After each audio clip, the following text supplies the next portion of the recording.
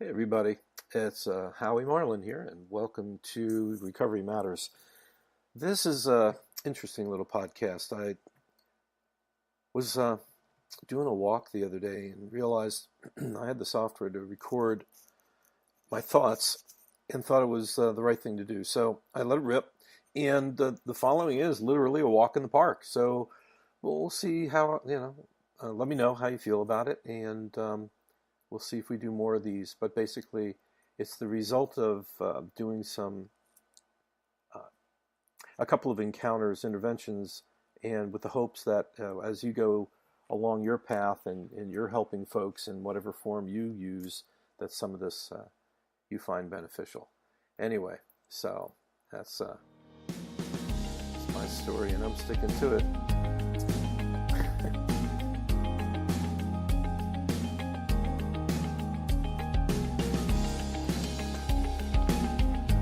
Well, hello everybody. It's July 16th. And I thought it'd be best that we leave the music out since I'm walking along realizing I haven't done a podcast in a while, and the truth is so much has gone on. It's just amazing. Let's put it to you this way. There's a real skill that needs to be developed when doing interventions, and I'm not there yet. I've got some abilities. I'm definitely capable of helping people out of a jam, but man, oh man, the lessons I've learned over the last couple of weeks just boggle my mind. Because I literally came back from getting my training with Deborah and Jeff J. out at Love First Institute in Minneapolis, and boom, I was hired to do 2 interventions. And I have 2 more on my plate. The reason why I wanted to share this with you is that one of the interventions went really well. Planned, pre-meetings, letters written, checked, delegated. The group got together again. Everybody was clear. The encounter with the loved one was soft, comfortable. They were engaging. They were appreciative, a little resistant at first, but it didn't take a hell of a lot for them to understand this was absolutely for the best. And I had already made all the arrangements, and everything worked out really well. Right place. He did phenomenally well. Called me from the treatment center and was just, he said he could not believe he had not done this years ago. He's since come back, so far so good, and really quite on his way. So, hey, what can I tell you? That worked. The other one? Yeah, well, I was in the motorcycle business for quite a while. I worked both in sport bike and V-twin, the Harley market. I don't have tattoos, although I'm seriously thinking about getting one. But the point is, yeah, this was a group of people who were really self-determined, very strong opinions, and there was just no 2 ways about it. This was going to be a full-on confrontational styled event. Although that's not what I had in mind, the participants seemed to have their own agenda. So lesson number 1, you really need to control the experience, and if there are those with agendas other than the specific one with the goal of the benefit to the client, that has to be curtailed. Unfortunately, at the time, it was just so high-powered that it was really tough to re-engineer that energy. And it worked out okay. It ended up okay. Don't get me wrong. It worked out. But the amount of work that I had to do to get it, let's just simply say that the protocol for everything I learned was not followed anywhere close to the way it should be. Oh, letters were written, but like one fella insisted on doing a rap, and he just laid it on. And of course, if I tried to change anything or omit something from his piece that was very upsetting. So that didn't work out so well. Not everybody was able to get the letters back to me.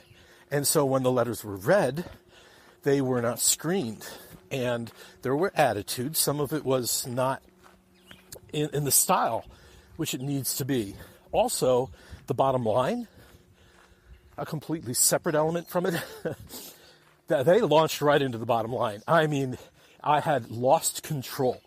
They were just firing it out and giving it to him. Now, what do? I sat back.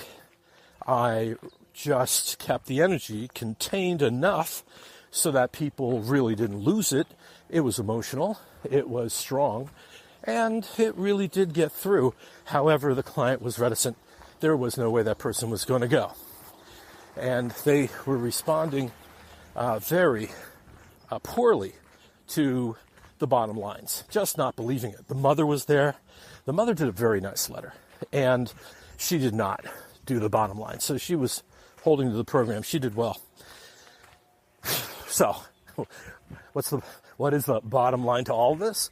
Well, it's just that I need to understand I have the power to slow things down, to stop things in their track, to call it before it happens, before anything bad goes awry. And that's the big lesson learned. Afterwards, talking to my supervisor, a fellow who is just phenomenally accomplished, sort of laughed it off a little bit, saying, oh yeah, no, we never would have gotten that far. You just stop it and reassign the date, reschedule, in spite of people's pushbacks and in spite of all the energy that comes forward. What you do is basically using that energy to assemble more of the argument, get people more in alignment with the intention, and to calm them down by giving them time between initially presenting it and then following through. So the good thing is, okay, if you have to stop it midstream, it doesn't mean it's the end of the intervention. Quite to the opposite. It just means that you're planning it, slowing down, increasing the details, and following through on your plan. So ultimately what did happen is I sat with the fella for hours, and we reviewed basically cognitive behavioral structure. This is where you've been. This is what your style of life has gotten you. This is how it's affecting people. I read the letters. I explained the pain. We illustrated the reaction that everyone had. We identified the events, the specifics, the lists of facts of how this person's behavior has ruined people's lives. And it started to melt his defenses. I wasn't being confrontational in the least. Quite to the opposite, I literally sat next to him, facing out over the back porch and reviewing everything that we had intended to do comfortably, calmly, with his understanding. And I truly believe at one point early on in our talk, he started to lead the discussion. I just addressed the issues as they came up. I mean, we had plenty to cover. So that was pretty cool. And, well, what can I tell you? He ended up going. Now, it was amazing because when I told the delegated leader and the influencers of what was happening, they were astonished. Because from where they were sitting, they had left with their arms up in the air, flailing and cursing and, complaining that you'll never do this and we'll never do that, and on it went. And he went anyway. So that kind of surprised them. What surprised me was what will follow in a minute. We'll be back, folks. Let me see if I can do a little interstitial here. Not quite sure how this is going to work out. We'll just throw this in.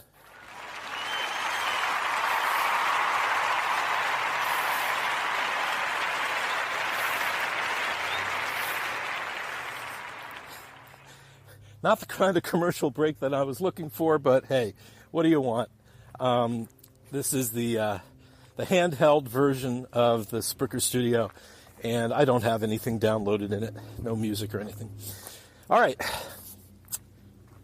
Step 2. Placing the loved one in the right facility.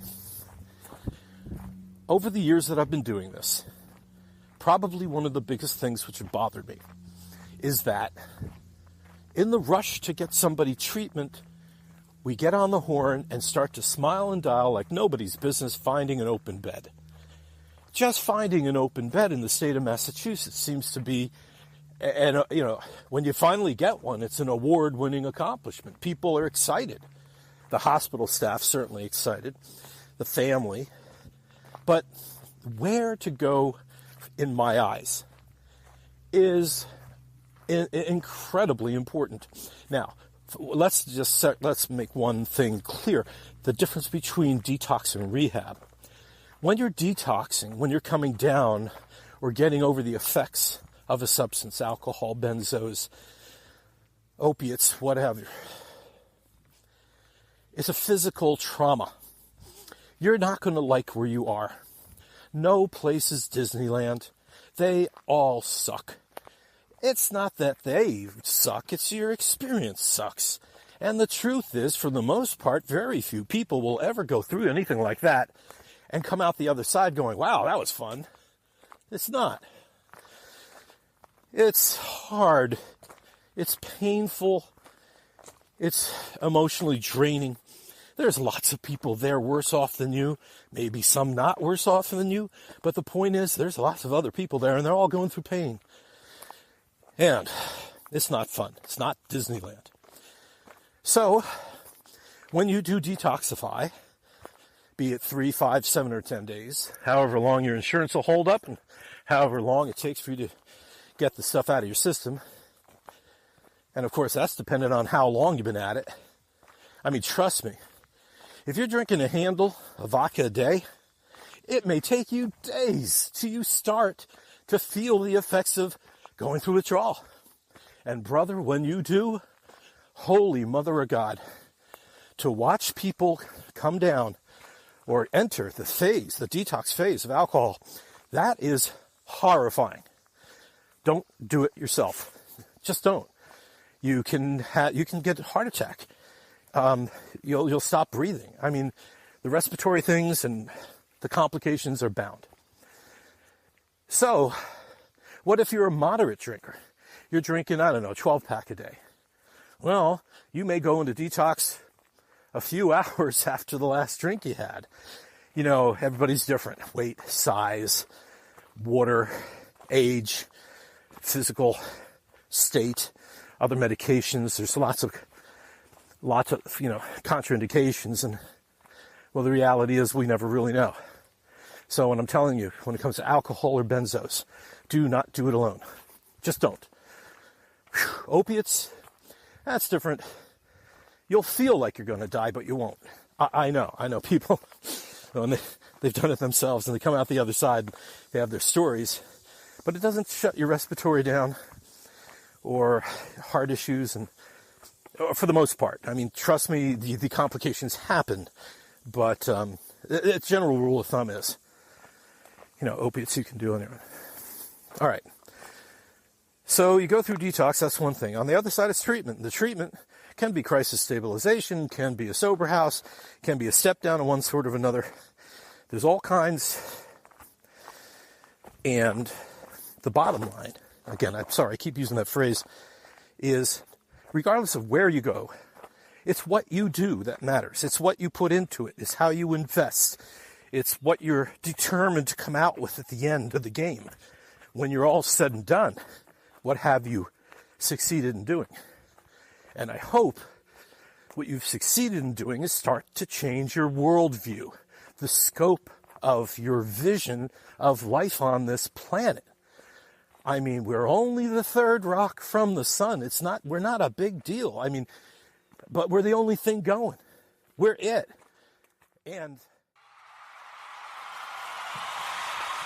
yeah, we're back. Yeah. All right, sit down. Thank you very much. No, really, thank you. No, you're too kind. Thank you very much. Oh, all right. Boy, they went away quickly. All right, this is phase 2. I only get 15-minute chunks of this. And let's see what I can remember about the second portion of this that you didn't get first time. But after detox, rehab. Rehab comes in lots of forms, lots of places.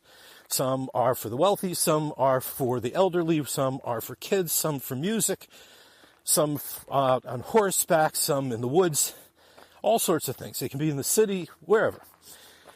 Begin with the end in mind. What I'm hoping you do. Take a few minutes to visualize where you will be 10 years from now. Healthy, happy. What do you look like? What are you wearing? Where do you live? What do you drive? Who are you with? What do you do for fun in the summer? What do you do for fun in the winter? Where do you work? What dropped into your head as I mentioned all those things? Hold on to them. The first things that come to mind are really what you're looking at. Oh, of course, yeah, everything will change. But get a vision. And now that you have an idea of where you want to be, let's create the road to get there.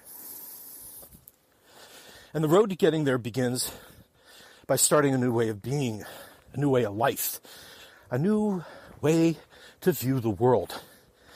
That's really what all this rehab stuff is about. You need time between you and your addiction. You need time to move past old hobbies, old habits, old friends, old triggers, and the things which ruined your life. By finding newness in all of that, you are experiencing a healthier you. You are enjoying your days without the pull of the addiction. And we'll talk about that pull of addiction after the break. But by putting time between you and that, you're getting used to the new you. Now, it's going to take time. And for everybody, it's different. I've seen people they've been ready. They were ready for it. They were ready for it before they went in. They accepted it. They actually, if they didn't quite enjoy the process, they didn't hate the process. Oh, there were mean, ugly, nasty people on the Group W bench. Go back and listen to Alice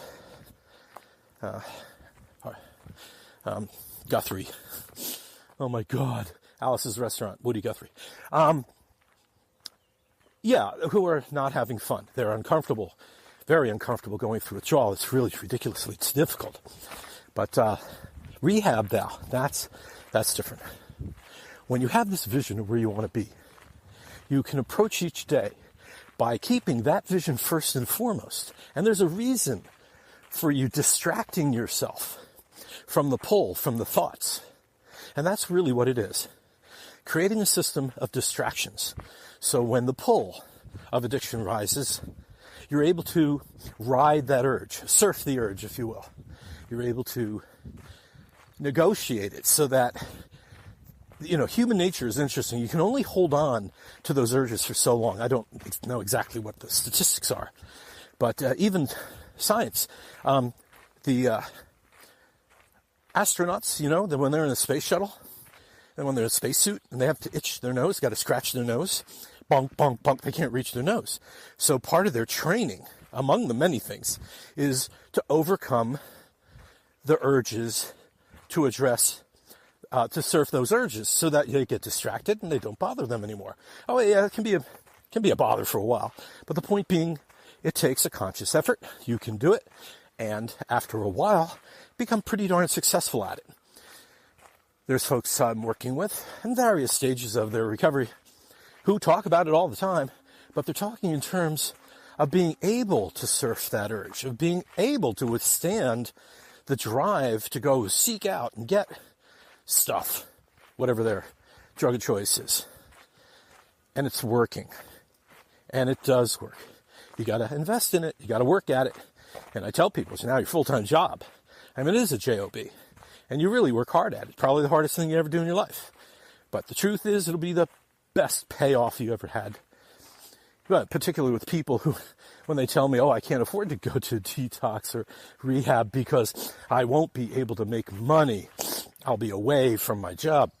It's like, are you kidding me? You can't do shit right now. You know, you're blowing it, you're losing it, you're screwing it up. Oh, please. Yeah, we'll just overcome that real quick.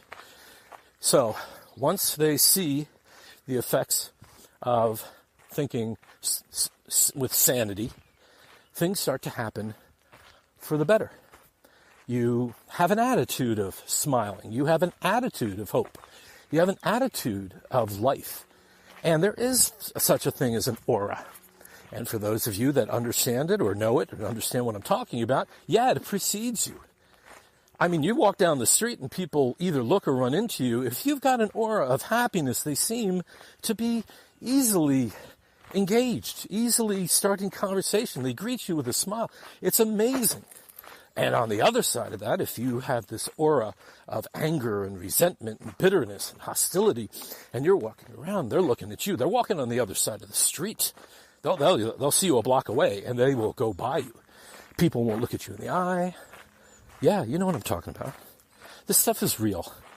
I can't give you hard proof. Although there are sciences which are showing things, and I'm sure I'll hear from some folks. And do let me know.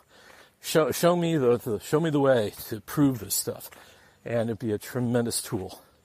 So with that in mind, the whole idea of rehab, that for the second fellow who went, this was amazing because I was convinced it wasn't going to work. Now, he didn't go. And I'll get to that in a minute. Oh, really? Oh, well, we'll work on those interstitials, but yeah, it is laughable.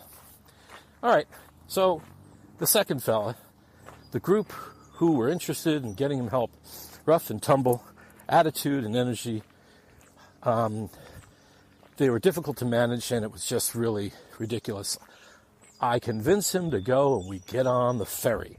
Now, for those of you that don't know, Martha's Vineyard's an island off the coast of southern Massachusetts, Cape Cod.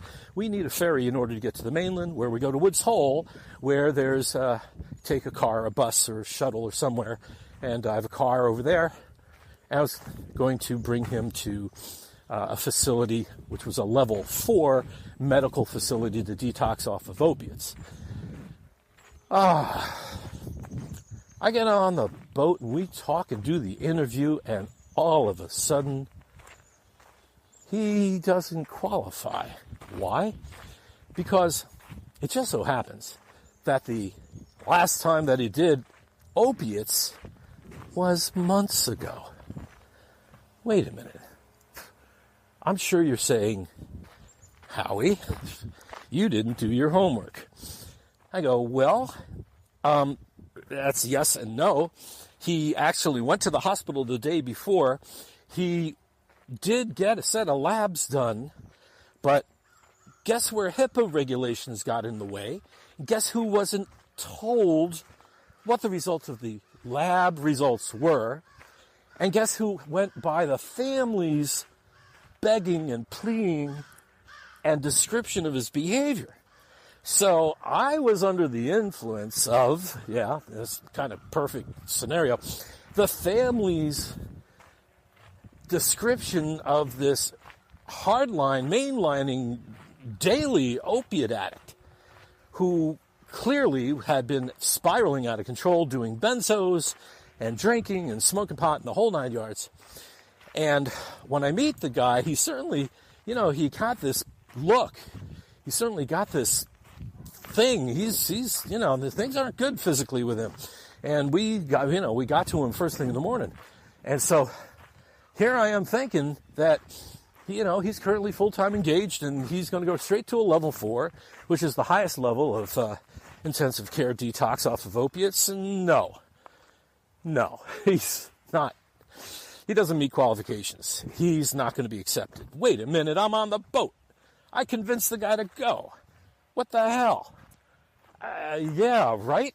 Okay, now for the last 7 years of what I've been doing, all of this was done the other way around. My working in the hospital, getting the labs and seeing everything exactly as it is, and then reaching out to the hospitals for the condition of which the person is in, making insurance and transportation arrangements and all of that. But you see, this is pretty new, and without having the hospital behind me, I had to go by what I thought and put together, and it wasn't accurate. There was a time issue on it all. So yeah, that's my story, and I'm sticking to it because we had to get on the horn and start making calls, and calls I made. So I get another facility, actually a facility I called first when I initially did not think this client was in that bad of shape. Yeah, I know, that's another story. And they say, well, you're on the ferry. We know how difficult it is. I'll tell you what, come on out. We'll do the best. It's first come, first serve. This is a level 3. We'll do our best. That's awesome, thanks. So we get in the car and we start talking. You know, ultimately, I'll make this wonderfully short. He didn't get admitted. There were no room. And there were no rooms in the state. Come 2 o'clock in the afternoon, we'd expired every opportunity, and that was that. And I can't say I was entirely disappointed even then. And then as time went on, I was actually starting to get pleased because I started to really get to know this young man. He was very personable. And did he ever open up? Now, keep in mind, I'm with him for hours and hours throughout the day. Yes, it's true. I'm trying to get him a room there, and he was okay with it. Yes, it wasn't detox. It was rehab, crisis stabilization. And yes, he'd be there for 5 to 7 days, and he realized a break from the relationship issues, from the friend issues, from the world he had been, subject to. That was going to be healthy. But as we're talking more about the lifestyle, his power to make decisions, his ability to control his life. And we spent all day looking at it from every conceivable angle. I mean, I let him drive. And as the conversation went from family to friends to his youth to relationships, we approached each issue independently from the heart without being critical and looking at where he wants to be, what he's capable of. And this is a very capable young man, very bright and very personable and absolutely capable of doing whatever he wants to do. Now he's a tradesman and he might very well run his own show, and damn soon. So, the idea here, though, is sharing with you. I made some lemonade 2 times with this person. First thing in the morning, when we did the intervention, it was out of hand. It wasn't working in the way I wanted, and we pulled the plug. Well, it was pulled for me, really. And then I redirected the energy. He absolutely understood why we were there. He absolutely agreed and went. The fact that he wasn't appropriate for the initial place, all right, that makes sense. Yeah, through the art of discovery, you find out new news and you act on it. All right, so we changed gears. We did find a place that would take him. And if there was room at the inn, he would have been in. And that didn't work out. But come lunch, when he bought lunch, this whole new view of the world was the way we were talking about things. It was really constructive. And he was very forgiving. Very forgiving. His girlfriend's going through... Oh, I love all the attention. Remember, I'm walking with this handheld app. Sorry about the lousy interstitial, but yeah, here we go. This is the last of phase 3 of today's subject. So we spent the day looking forward. We spent the day looking at coping skills, mechanisms, things, tools, from literally telephone calls to friends, to texting, to getting out and walking, to going to places where there are people, sober, going and calling friends. He has a lot of friends. Having the friends come over and be friends, going and meet. Of course, the meetings. You know, I got to tell you, there's this thing called AA, and they call it Alcoholics Anonymous, and I got an issue with that. First of all, the word alcoholic, dependency in all forms, to whatever, to alcohol. Sure, I'll stick with that for the sake of discussion. But anonymous, here on Martha's Vineyard? Yeah, no, you got the wrong group. Sorry. If you're in the fold here, you are family. And everybody knows you. And everybody knows all your shit. So it's got a plus and a minus. You see, there's a very strong sober community. And it's growing very aggressively. So I'm not putting it down. I'm just saying there is no anonymity. And I'm sure in many places where, some of you are looking around your neighborhood, your town, your village, and you're going, yeah, really, that's true. So, okay, you can do it online, or you can go out of town. I know, out of town means time, travel, and money, and that may not work at all. Online may be better. Or look at other kind of groups, other self-help groups. I mean, there's Smart Recovery, and there are other similar programs of folks getting together, talking about their struggles, and, explore and see what you got. The whole point is, by opening your heart, sharing your soul, being honest with yourself, you've got a really good chance. Now, let's talk about addiction. The monster within. That alien from the Alien movies, that poor guy sitting on the table and the thing goes, bursts through his chest, looks around and runs out. That's basically addiction. It's in there. It's got you. When you first started to drink or drug, it was fun. Yeah, had fun, the girls and the guys and the parties and all sorts of stuff. And, that still can be, for many people who do not get addicted, having a little bit of a booze every now and then, or now with pot getting legalized, we'll talk about that at another time.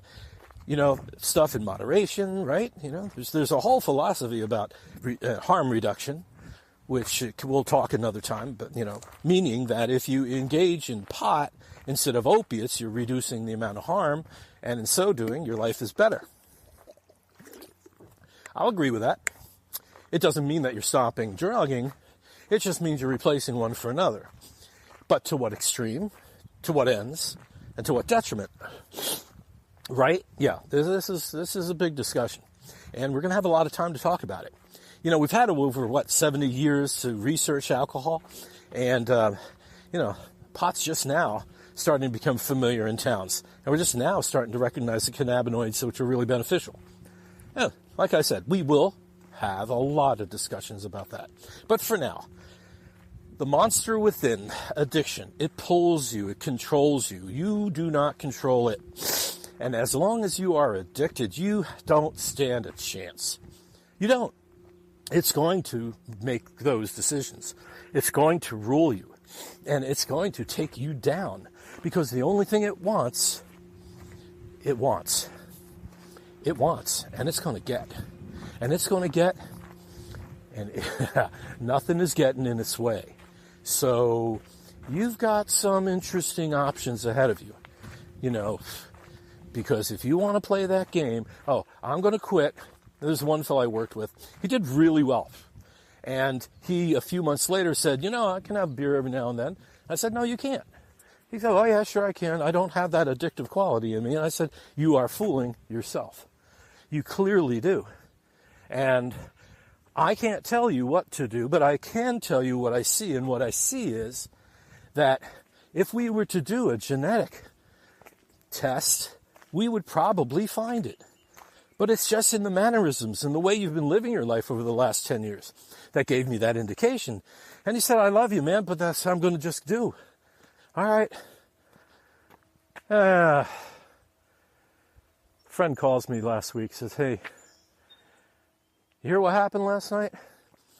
No. Yeah, this guy got PC'd. He got into a fight. Seems he's been PC'd a lot. And then it turns out it's him. And he's deep into it. So, guess what we're going to do? We're going to revisit it. You know, there's no straight path. There's no direct line. And there's no easy, simple, or proven system. AA is one very effective tool. And it wouldn't be around with so many thousands of meetings every day if it wasn't. So use it.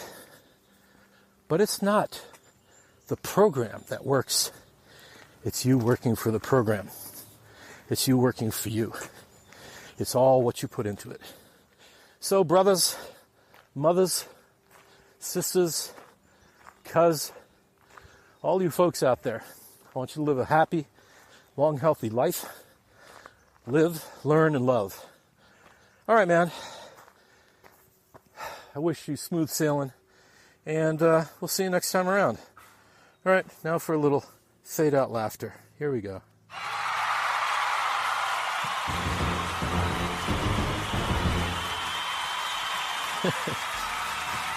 That was just plain stupid. Well, that's a walk in the park. I hope you enjoyed it. May the sun be in your face and the wind to your back. Smooth sailing, everybody.